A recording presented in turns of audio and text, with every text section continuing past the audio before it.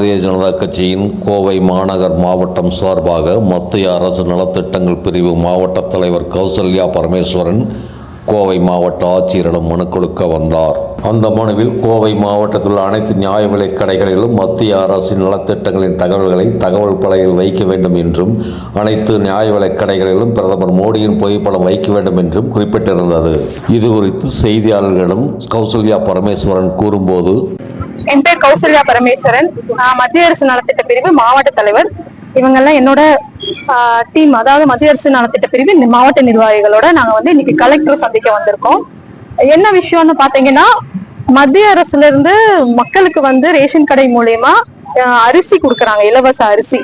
அது எவ்வளவு கிலோ அரிசி என்னென்ன கார்டுக்கு கிடைக்குது அப்படிங்கிற ஒரு டீடைல்ஸ் மக்களுக்கு தெரியணும் அப்படிங்கறத வலியுறுத்தி ஒரு மனு கொடுக்கறோம். அது போக பாரத பிரதமரோட புகைப்படம் ரேஷன் கடையில வைக்கணும், ஏன்னா அது ஆல்ரெடி இருந்ததுதான், இப்பவும் வைக்கணும் அப்படின்றத வலியுறுத்தி கொடுக்க வந்திருக்கோம்.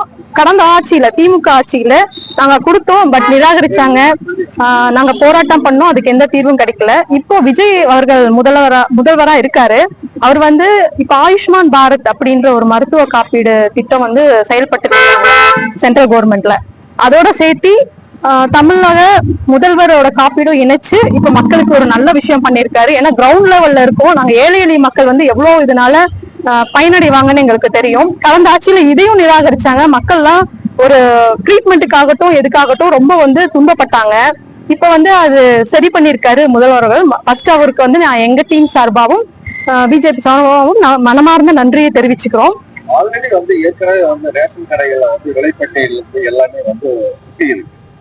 நீங்க விலைப்பட்டியல் ஒட்டி இருக்குதுங்க, பட் என்னென்ன கார்டுக்கு எவ்வளவு கிலோ அரிசி கிடைக்கும் அப்படிங்கறது தெரியாது அவங்களுக்கு.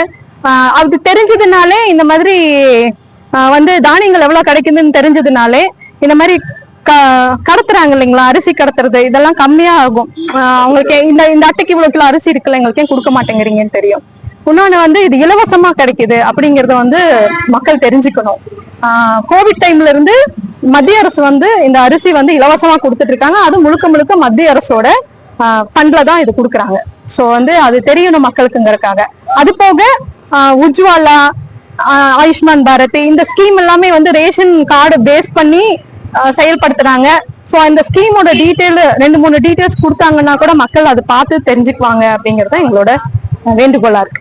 பேட்டியின் போது கோவை மாவட்ட பாரதிய ஜனதா கட்சியின் முக்கிய நிர்வாகிகள் உடனிருந்தனர்.